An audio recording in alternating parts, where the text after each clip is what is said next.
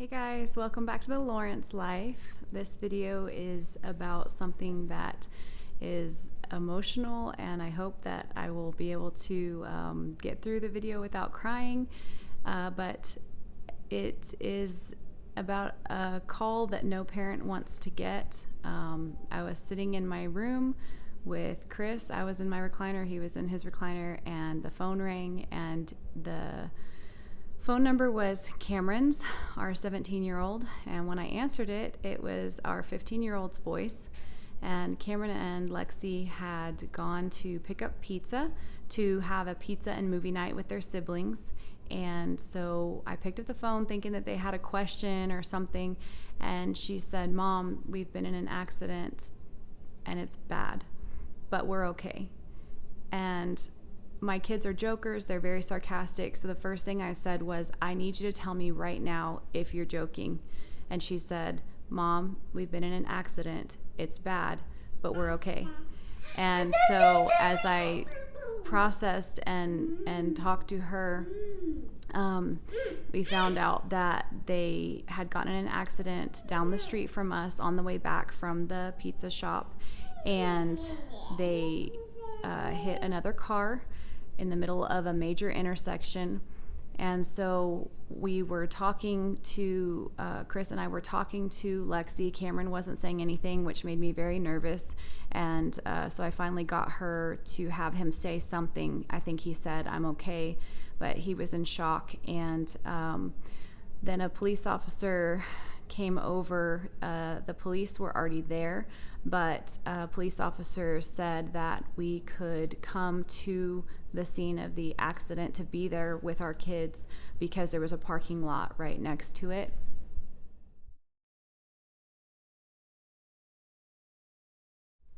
Pulling up to the scene was overwhelming, and we pulled into the parking lot. I jumped out of the car and I went running, and somebody was there and said, "Be careful, there's a ditch right over that hill." I was like climbing over, there was construction going on, so I was climbing over a dirt pile and there was pipes, and a police officer came and stopped me and said, "You can't run out in the middle of the road." And I just looked out into the middle of the intersection and saw the car.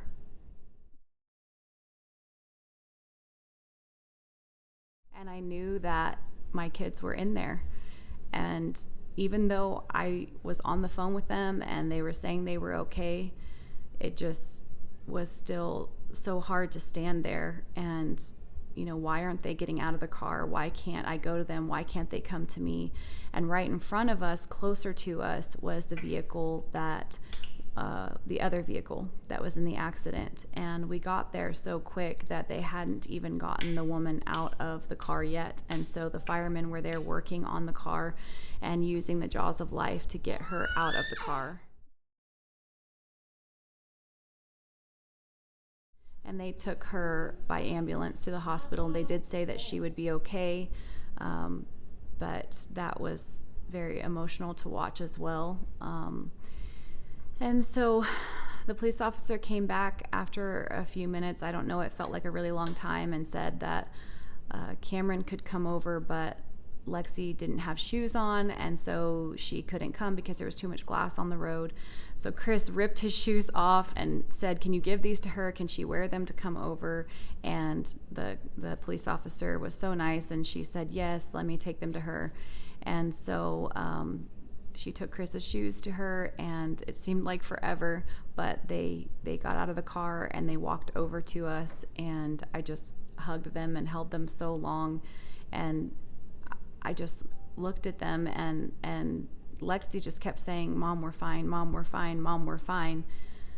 But I looked at the car, and then I looked at them, and I didn't understand how there was not a mark on them. There was not a scratch. There was not a bruise. Nothing. And even the police officer said that when they arrived at the scene and they saw that there was young people in the car, she said, I didn't want to go over to the car because I knew, looking at the outside of the car, how bad it was going to be inside. And so she was amazed. The firemen came over, a couple of them at different times, and we just kept hearing, someone's watching out for your kids. They shouldn't just be standing there with no marks on them. And Cameron was still in shock. He wasn't talking very much. And he was very concerned about the other person in the other car, but no bruises, no cuts, nothing. And the pizza that they had picked up was all over the vehicle. It just flew all over the vehicle, and there was marinara sauce on the passenger side door that had like blown out of the container, and it looked like blood on the door, but it was marinara sauce from the pizza that they had picked up. So everything in the car was just jostled around everywhere. Cameron hit the airbag, and Lexi hit the roof of the car and the window and the seat, and yet they were fine. So we know that a miracle happened that night, and that God was protecting our kids, and that there were their guardian angels there with them, protecting them, because they should not have gotten out of that car and just walked away with no marks on them. And we're so grateful, and I hope I never get that phone call again. I'm so glad that we were able to get to them quickly, and that they were okay, and the car was totaled, but that didn't matter at all, because our kids were fine. And you can replace a car, cannot replace a kid.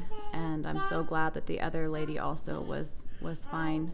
And it just was a very emotional and kind of traumatic experience. It took a little while for Cameron to get over it, and here Lexi is supposed to be learning how to drive, so she was like, okay, I really want to make sure I'm a safe driver before I start driving. And Cameron said, I don't know when I'm going to be ready to drive again, but he has been able to drive again and gotten more comfortable. So it shook us up for sure, but everyone walked away, and we're so grateful for that.